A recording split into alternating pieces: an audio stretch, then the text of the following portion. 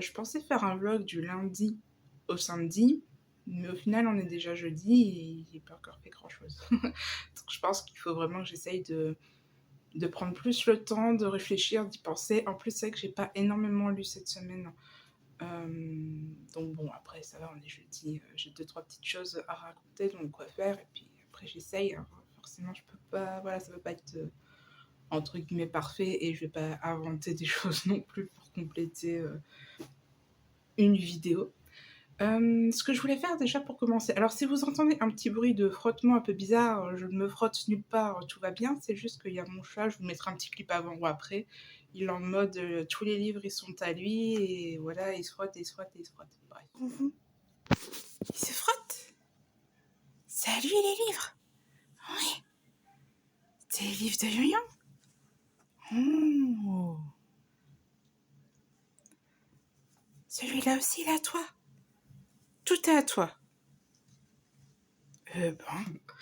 Donc je voulais vous montrer vite fait un petit book haul de ce que j'avais acheté quand j'ai fait mon petit séjour à Paris. Donc j'avais été à Book Off et je voulais juste vous montrer un petit peu vite fait rapidement. Pareil, hein, je vais pas vous dire les résumés. Donc du coup ce que je vais faire c'est que je vais quand même mettre des petits résumés un petit peu sur le côté comme ça vous pouvez voir. Parce que j'ai toujours pas changé. Les résumés je ne les lis pas forcément.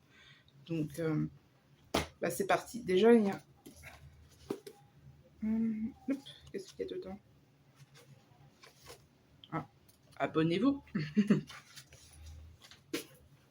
Ah, bon. Mireille Calmel. Alors comme je vous avais dit, j'en avais déjà pas mal. Et quand je suis retournée du coup à Book Off, j'ai vu qu'il y avait le bal des Louvres en poche. Donc le tome 1 et 2. Donc 1 € limité. Bon, j'ai enlevé le petit truc là et j'ai pas enlevé là. Donc, bon, je le ferai plus tard. On s'emballe pas. Donc je vais vous mettre le petit résumé sur le côté. Donc c'est par celui-ci que je vais commencer du coup, parce que comme j'ai le tome 2, ce que je vais faire, c'est que je vais enchaîner et ça me permettra, à mon avis, d'avoir une idée un peu globale de l'écriture de Mireille ou autre, savoir du coup si le reste de mes livres que j'ai d'elle, si je dois persister, les mettre en boîte à livres ou d'en faire quelque chose et pas de les stocker. Voilà, moi je veux pas du genre à stocker pour stocker. Je dis ça, mais j'ai un gros sac de livres à mettre en boîte à livres et c'est pareil, à chaque fois je me dis j'en mets que 2-3, ça permet de faire plaisir à un plus grand monde, à plus de monde. Je vais essayer de m'exprimer bien quand même, un petit peu parler un peu le français.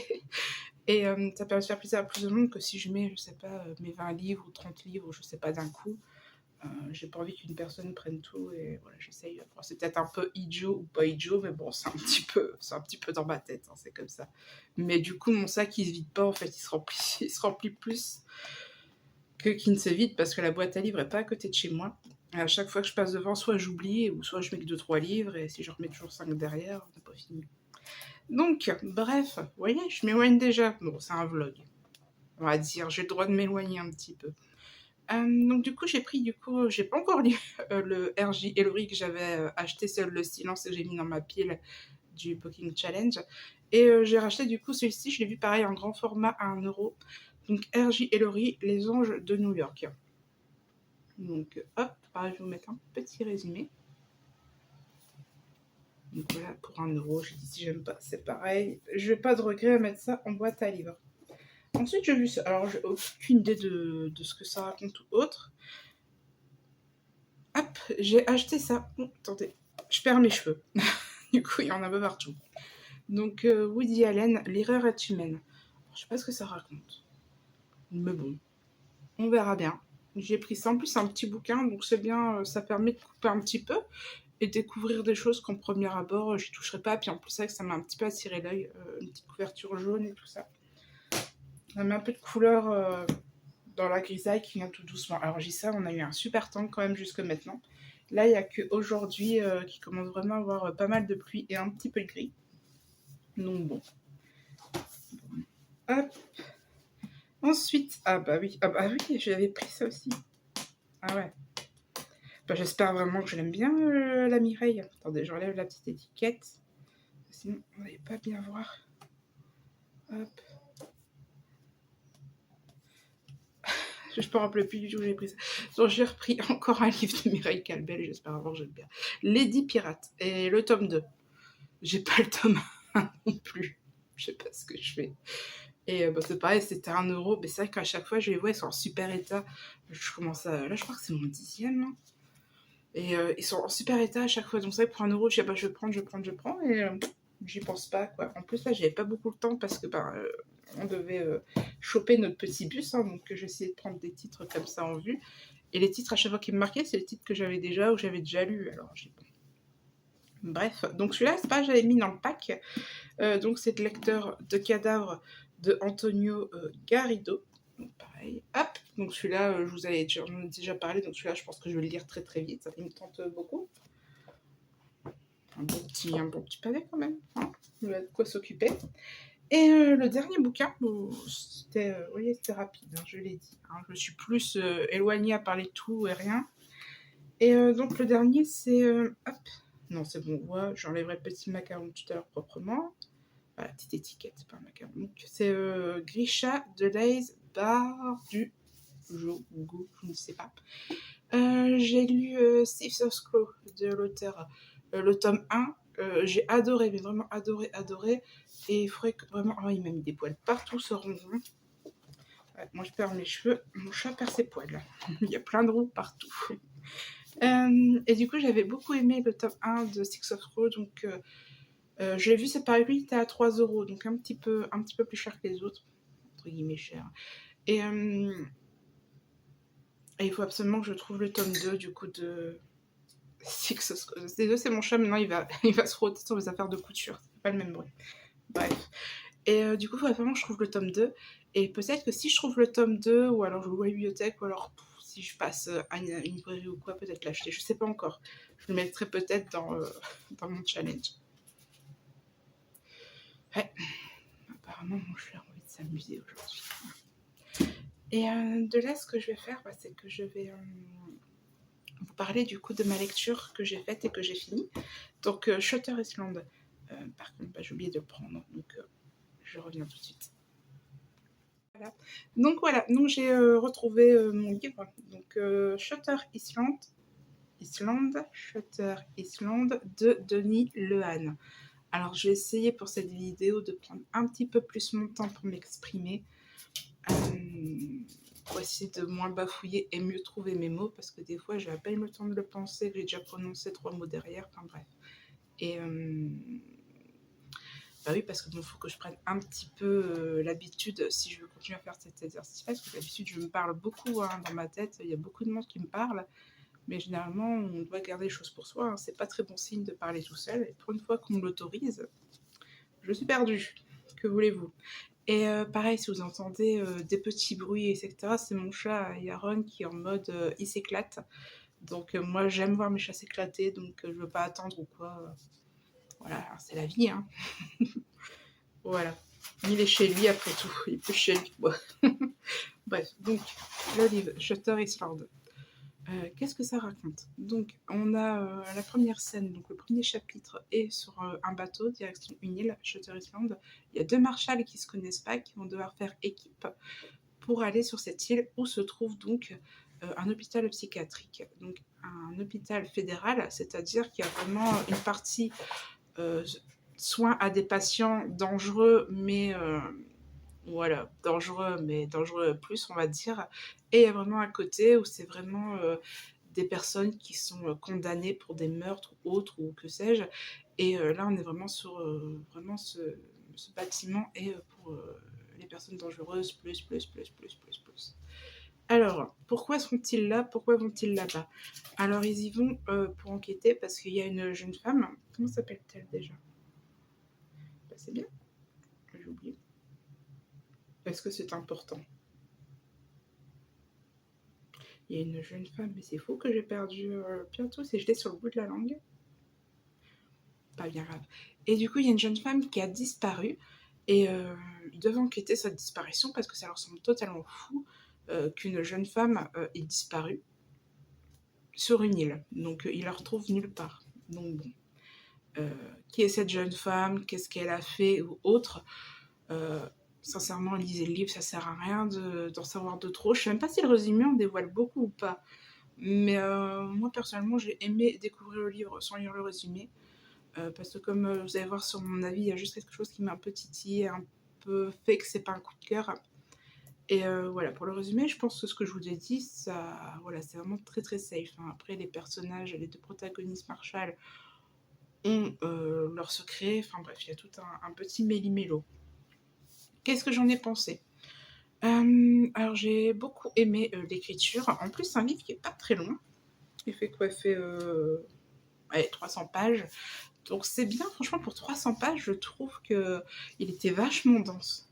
Sincèrement, j'ai vraiment eu l'impression de lire un livre beaucoup plus fourni au niveau des pages, parce qu'on s'est vraiment bien concentré sur la psychologie des personnages, hein. Même on a eu des moments avec forcément l'hôpital psychiatrique, donc vous doutez bien, je vous spoil pas, qu'on va forcément rencontrer des aliénés, etc.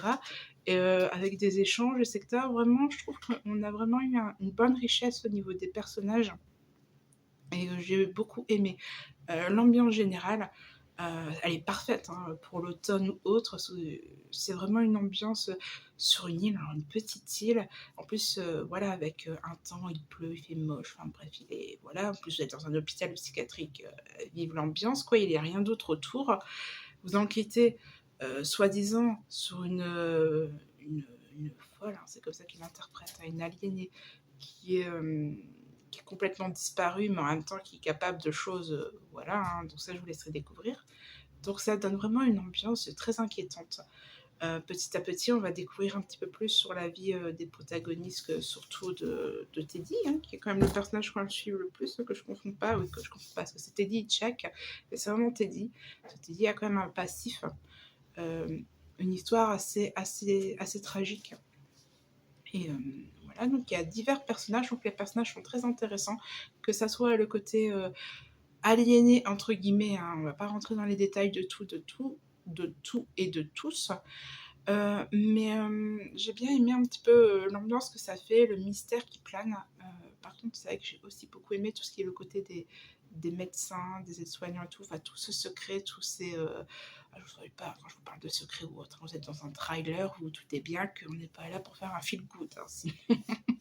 Vaut mieux pas lire ça. Est-ce que j'ai aimé? J'ai adoré l'écriture, j'ai vraiment beaucoup aimé, presque un coup de cœur. Mais il y a juste une petite chose qui m'a un petit peu fait que c'est pas passé. C'est que, à force de voir partout, et même sur Babelio, hein, quand je regardais sur Babelio pour vous mettre le petit résumé ou autre, enfin bref, il me semble que partout on voit, c'est vous devinerez jamais la fin, truc de fou, enfin bref, que des trucs comme ça. Et même les gens qui en parlent, même s'ils n'ont rien spoilé du livre et qu'ils ont juste dit la fin du livre et même du film, hein, parce qu'il paraît que le film est super, hein. J'ai même une amie qui l'a vu, qui a adoré aussi le film.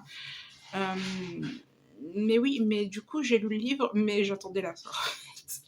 Et pourtant c'est pas trop mon genre, mais je vais pas dire j'ai pas apprécié l'instant présent des pages, je veux dire le quotidien des personnages, j'ai aimé, mais j'avais toujours un petit peu comme si je voulais faire cette recherche de mais qu'est-ce qui va nous faire que ça va être un truc de fou.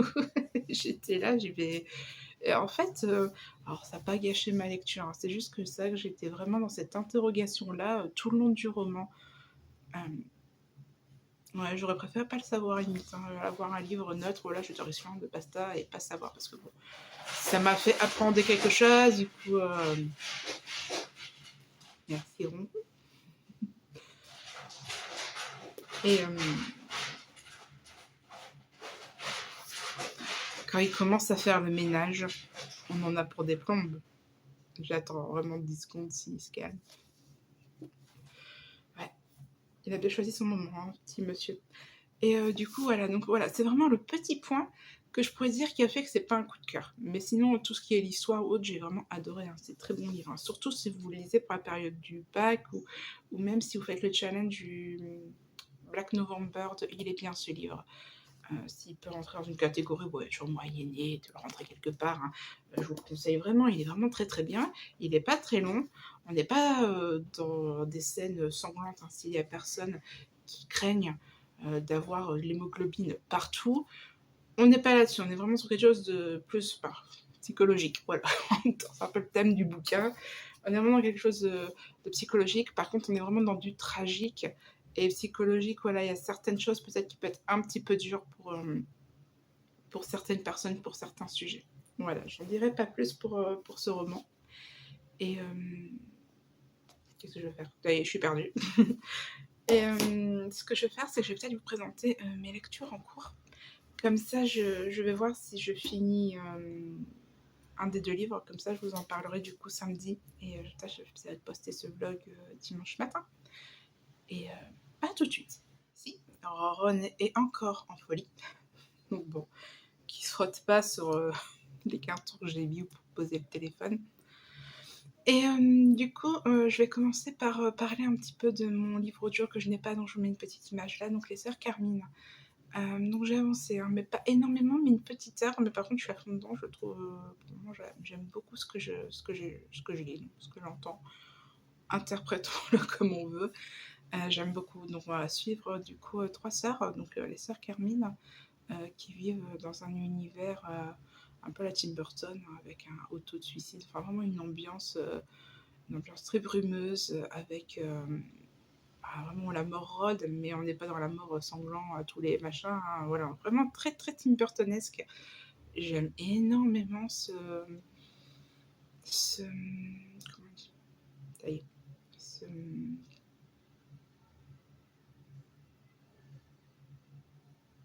cet univers.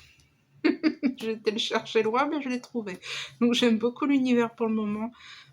Comme je vous dis, j'ai pas non plus beaucoup vu l'histoire, donc je sais juste qu'elles vivent dans une sorte de petit manoir, etc., que leur mère est décédée, leur père, on n'en sait pas plus, et surtout, ben, elles croulent sous les dettes et sous...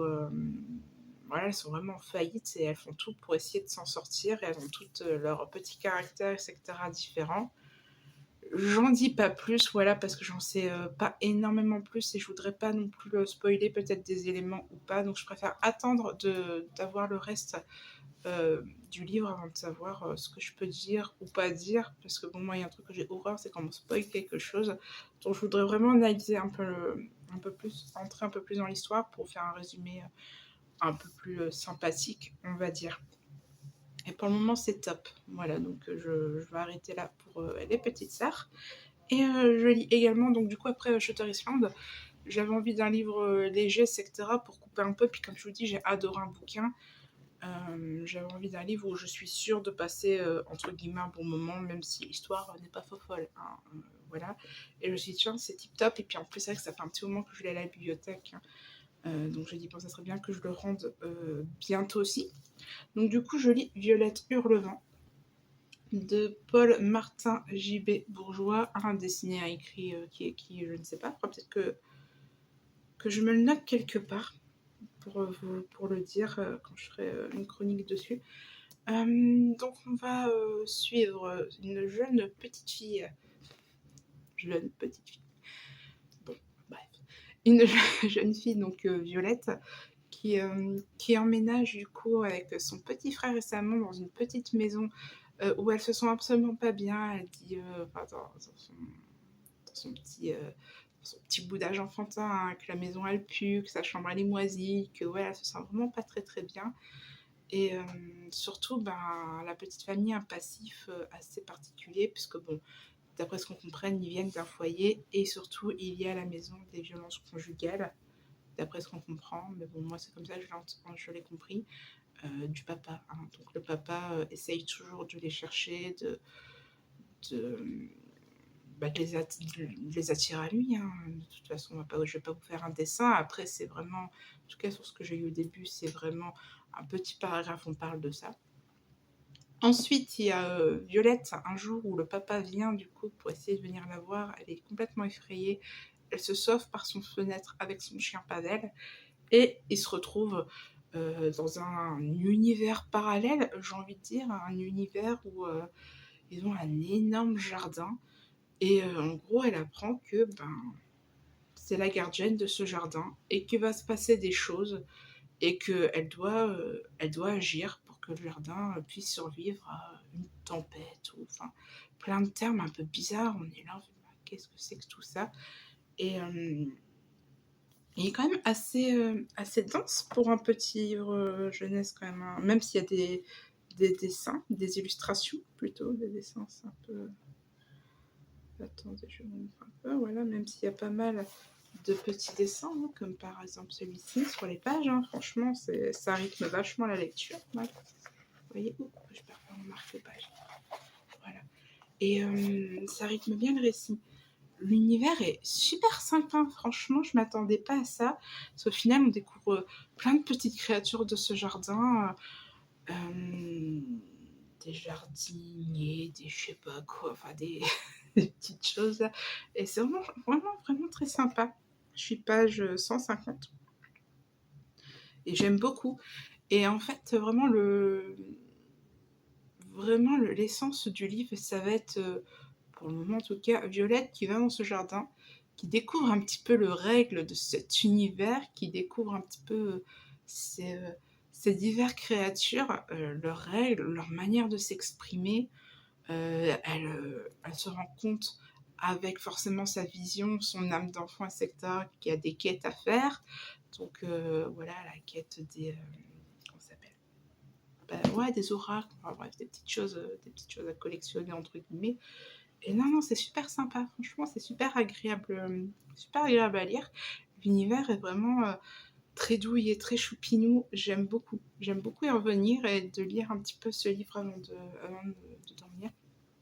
Donc c'est top, c'est parfait après Shutter Island. C'était la meilleure chose que je puisse lire, je pense. Donc voilà, ça c'est vraiment mes lectures en cours que j'aimerais bien finir pour ce week-end, parce que j'aimerais un petit peu avancer un petit peu mon challenge. J'ai déjà très envie de lire plein d'autres choses, mais une chose à la fois. Du coup, ce que je vais faire, c'est que je vais vous laisser là, et je verrai samedi si j'ai fini ou pas des choses, si quelque chose à dire ou pas. Mais non, mais dans tous les cas, je vous reprendrai samedi. Hein, comme ça, je vous dirai un petit peu l'avancée de mes lectures, et peut-être que je me mettrai dessus. J'espère que vous allez bien, puis tout de suite pour vous et à plus tard pour moi. Salut!